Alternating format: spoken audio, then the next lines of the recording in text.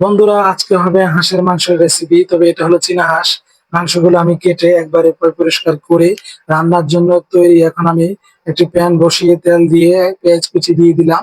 তো আমার পেঁয়াজ কুচিটা মোটামুটি হয়ে আসলে আমি এর মধ্যে দিয়ে দিব আদা বাটা এবং রসুন বাটা একসাথে মিশ্রিত, দিয়ে দিলাম জিরা বাটা এবং কাঁচামরিচ বাটা। তো আমি এখানে সম্পূর্ণ বাটা মশলা ব্যবহার করব। আজকের হাঁসের মাংস রেসিপিটা হবে একটু ভিন্ন রকম আয়োজনে। যাই হোক, এখন আমি দিয়ে দিলাম গরম মশলা। তো গরম মশলা আমার দেওয়ার পরে আমি এখানে একটু পরিমাণ মতো পানি ব্যবহার করব। তো আমি একটু পানি দিয়ে দিলাম আমার মশলাটা যেন না পুড়িয়ে যায়, পোড়া যেন না লেগে যায়। যা হোক, এর মধ্যে আমি এখন দিয়ে দিব 2 পিস তেজপাতা। তো আমি 2 পিস তেজপাতা দিয়ে দিয়েছি। তো তেজপাতাটা আমি ভালো মতন মিশিয়ে নেওয়ার পরে আমি এর মধ্যে দিয়ে দিলাম লবণ, মরিচের গুঁড়া এবং হলুদের গুঁড়া। তো আমি আবার ভালো মতন মিশিয়ে নিব।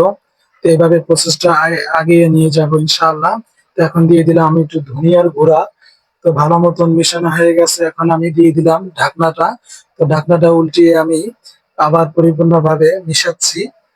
তো আমি এই যে দেখেন, আমি মাংসগুলো এখন দিয়ে দিলাম। তো আমার মাংসটা ভালো মতন আমি মশলার সাথে একবারে কষিয়ে নিব। তো কষানোর পরে আমি তারপরে মাংসতে পরিমাণ মতন পানি ব্যবহার করব। যাই হোক, আপনারা যারা আমার ভিডিওগুলো সবসময় দেখেন, আপনাদেরকে অসংখ্য ধন্যবাদ সবসময় ভালোবাসা দেওয়ার জন্য।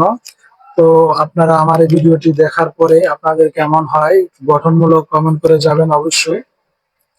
ভালোবাসা দিলে ভালোবাসা অবশ্যই পাওয়া যায়। যাই হোক, এখন আমি দেখতে পাচ্ছেন আমার মাংসগুলো আমি এক এক করে এক কষিয়ে নিচ্ছি। তো আমার কষানো হয়ে গেলে আমি এর মধ্যে দিয়ে দিব পানি। তো যাই হোক, আপনারা শুরু থেকে শেষ পর্যন্ত আমার এই ভিডিওটি দেখবেন। তো 3 মিনিটের বেশি ভিডিওটি লংলি হবে না আশা করি। তো যাই হোক, আমি আর এখন দিয়ে দিচ্ছি পানি। তো আমার মশলাটা একবার কষানো হয়ে গেছে, এখন আমি পরবর্তী ধাপ হলো পানি দিয়ে কষিয়ে নেওয়ার জন্য, সিদ্ধ করে নেওয়ার জন্য। তো আমি এখানে পানি ব্যবহার করেছি। তো দেখতে পাচ্ছেন, এখন সুন্দর করে আমি ঢেকে দিচ্ছি। তো এইভাবে আমার রান্নার প্রসেসটা শেষ হয়ে যাবে। তো দেখতে পাচ্ছেন, তো আমি এভাবে পানিটা একবারে নিগড়িয়ে নিব বা শুকিয়ে নিব, যাতে আমার একটু ভুনা ভুনা হয়ে মাংসটা। তো আমি এভাবে কষিয়ে নিচ্ছি। আসলে মাংসটা সিদ্ধ হতে একটু সময় লাগে, যেহেতু হাঁসের মাংস। হাঁসের মাংস সিদ্ধ হতে অনেক সময় লাগে। আমি আপনাদেরকে ভিডিওটি ছোট করে করে স্কিপ করে করে ছোট করে নিয়ে এসেছি।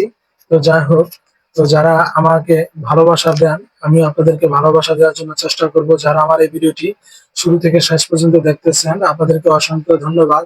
তো আমার আজকের এই হাঁসের মাংস রেসিপিটি হয়ে গেল। সবাই ভালো থাকবেন।